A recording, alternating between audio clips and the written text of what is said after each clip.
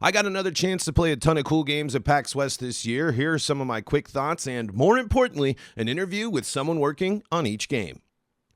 I didn't actually play Hank Drowning on Dry Land, but I got the chance to watch some folks play it and had an amazing conversation with the team behind the game.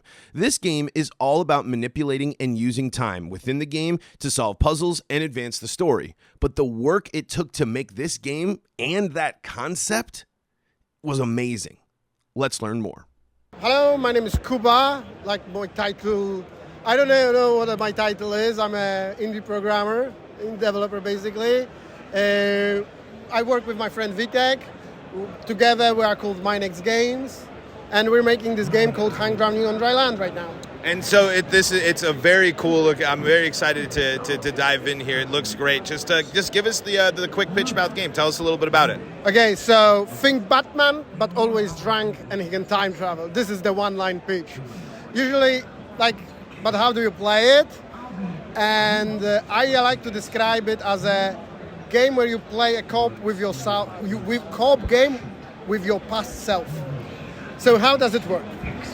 You run around, you're Hank basically, you do stuff, you're a superhero, and at a certain point in the adventure, you get to the mirror, and you go through the mirror to the other side, and this is how you perform a time jump.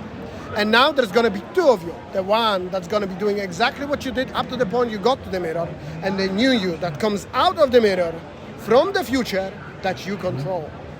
And you can perform multiple time jumps, not only 1, 2, 3, 4 time jumps. And you can be at many places at the same time, and you can kind of extend in this little demo. We have like 1 minute and 30 seconds to solve a puzzle. Yeah? And you can extend this 1 minute and 30 seconds by playing 1 minute and 30 seconds, going back in time, getting another 1 minute and 30 seconds. But the more you do it, there's a catch. You cannot meet yourself from the past, because if you do it, because it's a paradox. So it creates this very cool dynamics. You can be at many places at the same time, but it's crowded out there. There is a lot of Hanks running around doing their own stuff, and you kind of have to remember what you did and kind of navigate through that labyrinth of space and time to stop the villain.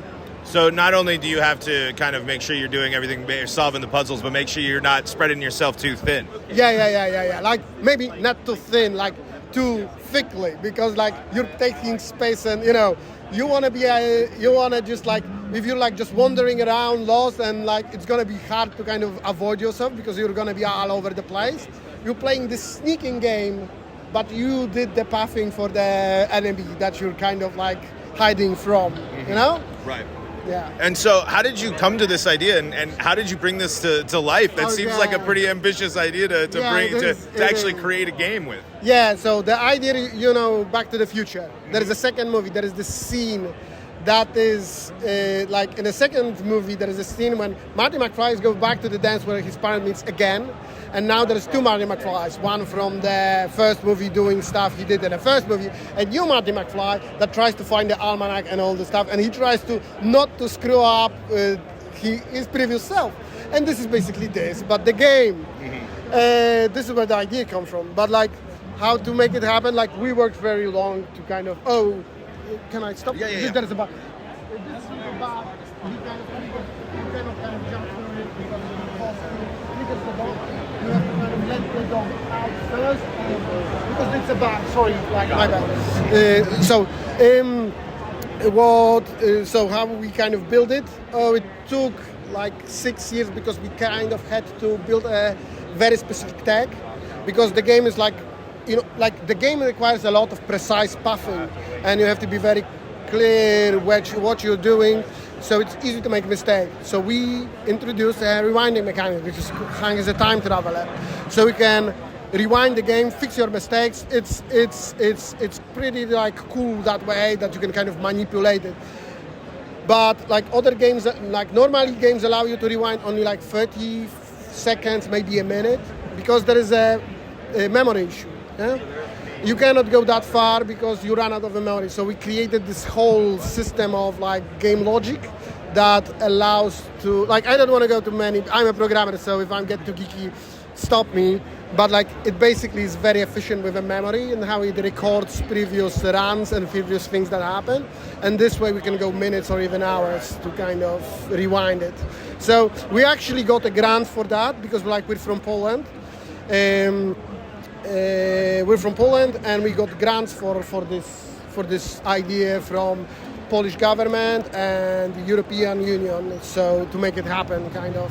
I mean, that sounds pretty amazing. That what you guys did to get here. It was 6 years of my life. And I mean, but that seems pretty crazy. Not only with the game, but to create that whole new game logic. That's very impressive. Yeah, thank you. like I'm a game developer. Like I work, my day job is kind of.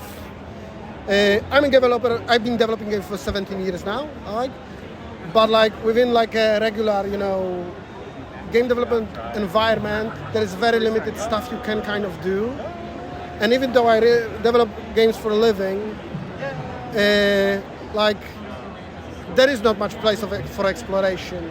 And I kind of felt very struggled by this. So what I actually do is I work at the company as a game director, and then I kind of all money I have I pull into this project to kind of make it happen. And this is how this came to be.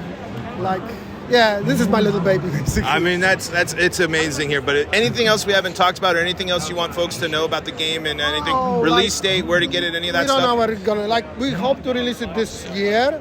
So we recommend jumping on a wish list and following us to basically, to learn the date, to don't miss the date. We actually have a previous adventure of Hank available on Steam for free. It's called Hank's Stray Jacket.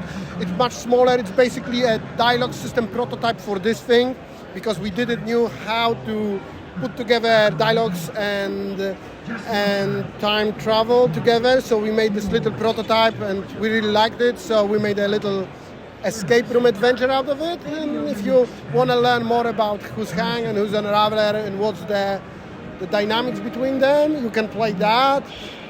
Yeah, we like to make we're my next games, and we like to play with strange things.